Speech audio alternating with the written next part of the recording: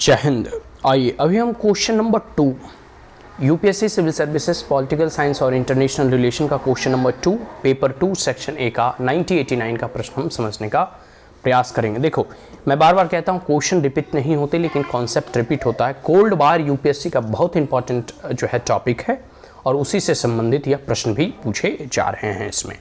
तो question number 2 में है कि cold war is just one of the many justification which keep the नाम गोइंग। देखो ध्यान से सुनो, कोल्ड वार और नॉन अलाइनमेंट मूवमेंट का डायरेक्ट कनेक्शन है, डायरेक्ट संबंध है। ठीक है, तो जो शीत युद्ध है उसके कारण ही नॉन अलाइनमेंट मूवमेंट जो है जीवित था। बात समझ में आया कि नॉन अलाइनमेंट मूवमेंट जो गुटनिरपेक्ष आंदोलन थे उसके जीवित रहने या उसके कह सकते हो कि फॉर्मेशन में शीत युद्ध का ही योगदान था और शीत युद्ध की वजह से ही नॉन अलाइनमेंट मूवमेंट जो है चलता रहा या फिर वो उसका सृजन हुआ। ये बातें इसमें है। आगे है इसी प्रश्न में कि discuss in the light of this statement. इस कथन के आधार पर आपको क्या करना है, डिस्कस करना है the emerging political and non political dimension of non alignment movement. क्योंकि यह 1989 का प्रश्न है। उस वक्त जो है अभी पूरी तरीके से शीत युद्ध समाप्त नहीं हुआ था, लेकिन हाँ बर्लिन वॉल के फॉल होने के साथ यह सिग्नल मिल रहे थे कि अब शीत युद्ध धीरे धीरे खत्म होने वाला है।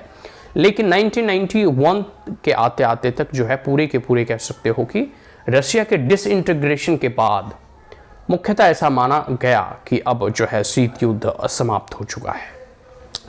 तो ये स्वाभाविक सी बात है कि जब पूरी की पूरी दुनिया दो फाट में बढ़ चुकी थी, एक यूएसए के साथ एक यूएसएसआर के साथ, इस परिस्थिति में जो है नॉन अलाइनमेंट मूवमेंट का जन्म होता है, जो कि तीसरी दुनिया के लोग, थर्ड वर्ल्ड कंट्री के लोग इसमें मुख्यतः सम्मिलित हुए, जो अपने आप को किसी भी गुटों के साथ जो है जाना नहीं चाहते थे और अपनी नीतियों को स्वतंत्र रखना चाहते थे और वो जो है दोनों से लाभ लेना चाहते थे। आप ये अभी स्पष्ट मान के चलो कि उनके रिश्ते दोनों से अच्छे हों, हम क्यों भाई एक खेमे में जाए। बात समझ में आया।